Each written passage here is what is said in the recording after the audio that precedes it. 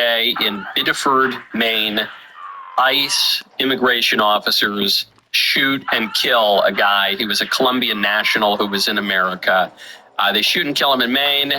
That's basically all you're going to hear about this story from the establishment media. What they will not tell you is that the ICE officer shot and killed the Colombian national as he was allegedly driving in the direction of the officer. We saw that exact situation play out in Minnesota during the ICE raids last year. So there's an investigation going on. It doesn't seem like there was a lot of camera footage or body cams in this case, which is good for the libs. You know, the libs want to pretend that when there's no body camera footage, it's because something egregious occurred on the part of the officers, and this is the fascist right-wing state oppressing the poor, helpless, marginalized communities.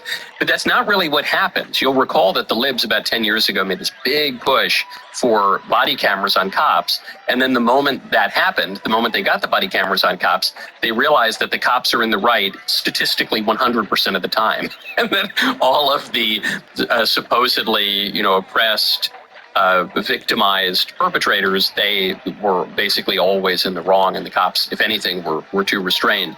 So you're going to see a lot more out of this ICE shooting in Maine. What's strange, it's not really strange when you analyze it, but what seems strange at first glance is that the ICE-involved shooting in Maine comes just days after another ICE-involved shooting in Texas, one that you probably didn't even hear that much about, if you heard about it at all. Why is that?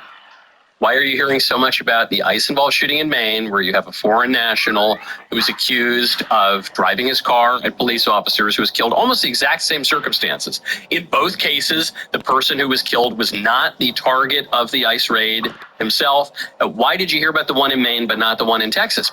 Because Maine is in play. Maine is a really hot seat that is in play. Democrats are trying to unseat Susan Collins. They had the Nazi rapist, allegedly, Graham Plattner, who was their candidate until a few days ago when finally he was removed. But they think they can take that seat. Whereas in Texas, they're going to have a hard time, even though they're putting some resources behind James Tallarico, the allegedly straight, allegedly male, allegedly Christian Democrat nominee for Senate there. That's probably not going to happen. So once again, for people who are analyzing this, who are just kind of normies, centrists, they're not all that ideological, just recognize you are being played by the liberal media. You are being played by the Democrat establishment.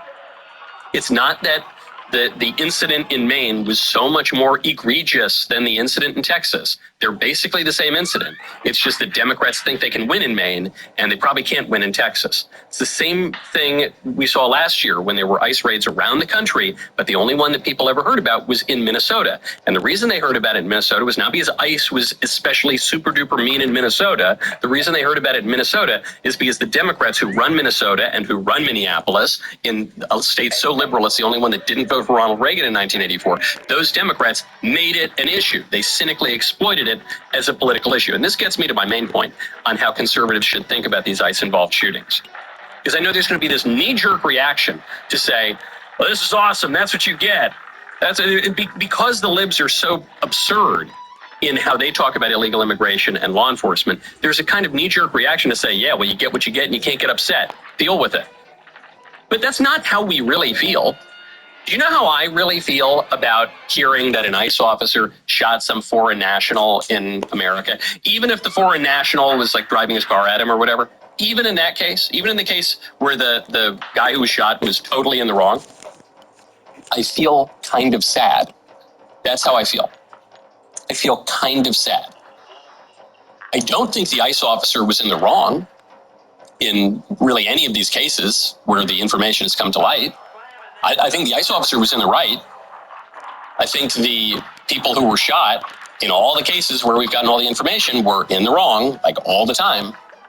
But I still feel kind of sad because I don't like it when people are killed, especially if the people have families, even if the people aren't like great guys. If they have families, if they, you say this didn't have to happen, and I wish the guy wasn't killed. I feel kind of sad, and I feel a simmering, growing anger toward the entire political establishment, but especially toward Democrats, who are the chief drivers of the illegal immigration problem. Because it didn't have to be this way. Had the Democrats not opened up the border, had the Democrats not invited in millions of foreign nationals per year in contravention of our law, had the Democrats not totally cut off federal law enforcement from actually deporting those people, the guy in Maine would probably be alive. Even if the guy in Maine wasn't the target of the raid, ICE wouldn't be doing these big raids because they wouldn't have to do these big raids because the law would have been enforced for years and decades instead of neglected for that period of time. So I feel a real anger toward the Democrats. I'm not